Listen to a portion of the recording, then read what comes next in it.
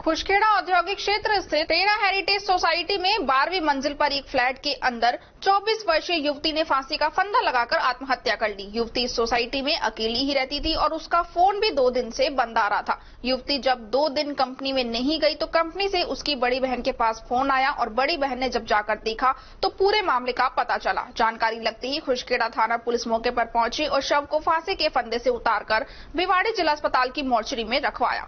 मौके पर मृतक युवती की बड़ी बहन ज्योति भी मौजूद है। उत्तर प्रदेश के कानपुर में खुशराजपुर की रहने वाली ज्योति ने बताया कि उसकी छोटी बहन पारुल सचान खुशखेड़ा में स्थित टेरा हेरिटेज सोसाइटी में एक फ्लैट लेकर रह रही थी और वह खुशखेड़ा औद्योगिक क्षेत्र में संचालित कैपस्टोन कंपनी में परचेज डिपार्टमेंट में सीनियर मैनेजर के पद पर कार्यरत थी। ज्योति खुद भिवाड़ी में रहकर कैपिटल हाई स्ट्रीट में स्थित एक आईटी कंपनी के ऑफिस में डेटा एंट्री ऑपरेटर के पद पर काम कर रही है। ज्योति ने बताया कि उसकी छोटी बहन पारुल सचान की बॉडी फ्लैट के अंदर ही फांसी के फंदे पर लटकी हुई मिली और उसका 2 दिन से फोन भी बंद आ रहा था। उसकी कंपनी से फोन आया कि पारुल 2 दिन से कंपनी में नहीं आ रही है तो ज्योति ने उसकी तलाश शुरू की तो पारुल का शव उसी के फ्लैट में फांसी के फंदे पर लटका हुआ मिला।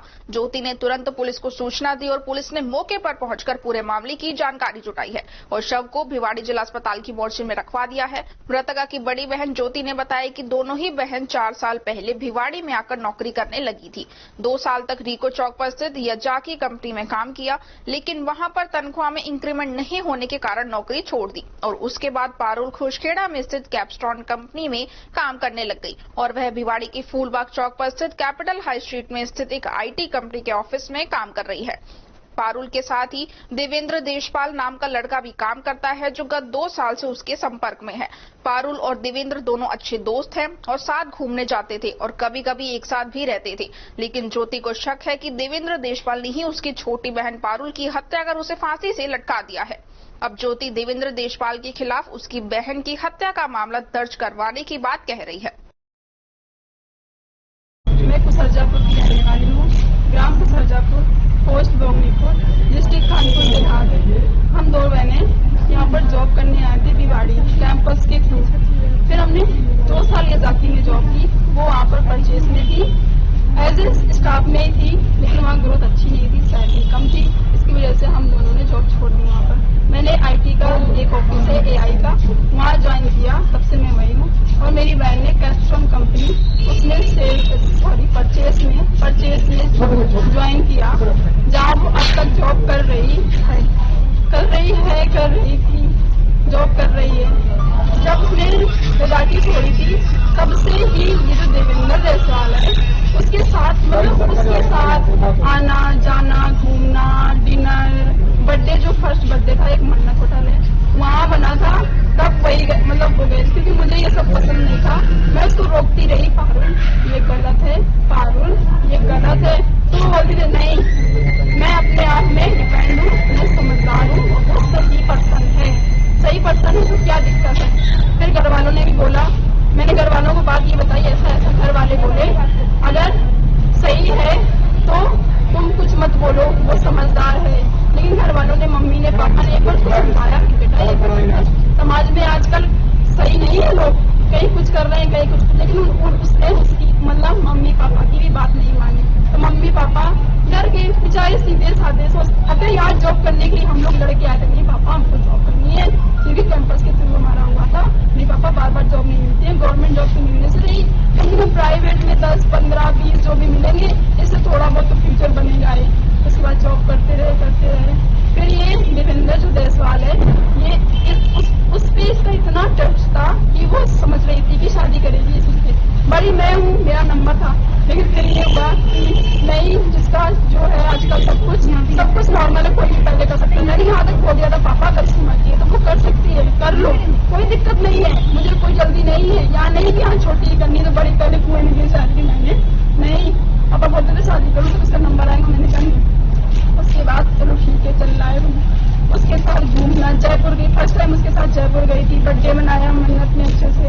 उसके बाद भी जयपुर, जोधपुर, वैष्णो माता भी गई, खाटू श्याम गई, नोएडा, गुड़गांव, कहीं भी घूमना फिरना, उसके खाना पीना, उठना, रहना, आना जाना, उसके फ्लैट में, यहाँ तक कि उसका फ्लैट में शिफ्टिंग भी उसी ने ही कराई कि तुम अकेले रहो, अपनी बहन के साथ मत रहो, क्योंकि वो तुमको टोकेगी। क्योंकि जब ये बात करती थी तो मुझे अच्छा नहीं लगता था।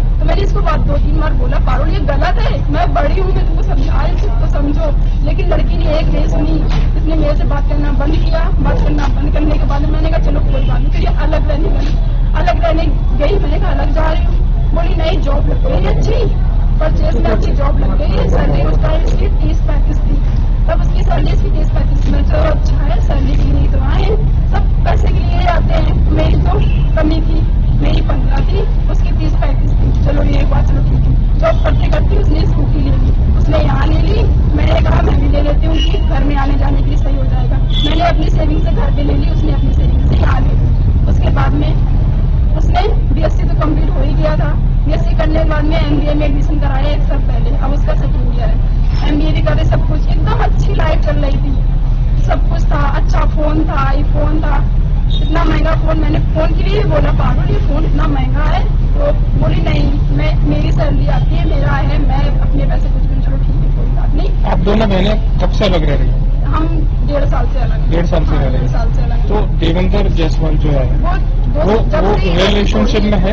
हाँ रिलेशन में। अरे क्यों नहीं है, उसके रूम में आना जाना, खाना पीना, उठना साथ में, यहाँ तक कि उसने हम दोनों बहनों को अलग अलग करने का भी वो कर लिया। क्या साथ ही रहता था? अभी उनके साथ साथ तो नहीं रहता था, इतना पता, क्योंकि साथ रहता तो हम जब उसके रूम जाते थे कुछ तो दिखता, यहाँ कुछ ऐसा दिखता कि यहाँ साथ रहता, लेकिन आना जाना था इतना पता है। कितने दिनों से था? शुरू से ही, क्योंकि उसने ही जब से बेबाड़ी में हो जब से? नहीं, जब से आजादी छोड़ी, जब से उसने दूसरी कंपनी ज्वाइन की। कितने दिन हो गए थे? जब से कितने टाइम हो गया होगा? 2 साल हो गए।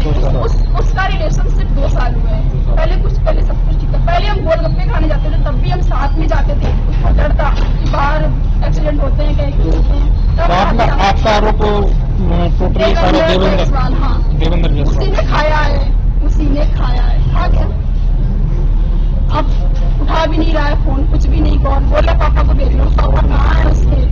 पापा भी नहीं आ रहे, ना वो आ रहे, ना उसके पापा। आज करीब 12:30 बजे हमें सूचना मिली टेरा सोसाइटी की मेंटेनेंस ऑफिस से, ऐसे ऐसे फ्लैट 1201 2 दिन से खुल रहा नहीं है, कुछ बदबू आ रही है। ये फिर हम सूचना के आधार पर आए तो ये पारुल नाम की लड़की डॉक्टर श्रवण कुमार कानपुर देहात की रहने वाले थी, कैपिस्टोन में सेल्स मैनेजर के पद पर काम कर रही थी।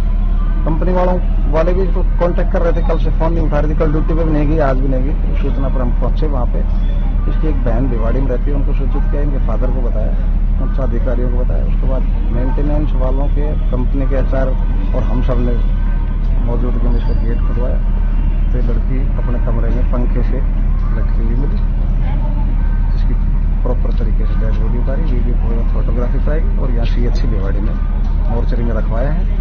अब जो परिजन जैसी रिपोर्ट देंगे जांच करें पोस्टमार्टम। कोई सुसाइड नोट भी छोड़ा है इस तरीके का कुछ? अभी हमने जो मौके पे तलाशी ली कमरे की, ऐसी कोई बात सामने नहीं आई। फोन बंद है उसका, फोन को भी ऑन करके चेक करेंगे। सुसाइड नोट वैसी कोई बात अभी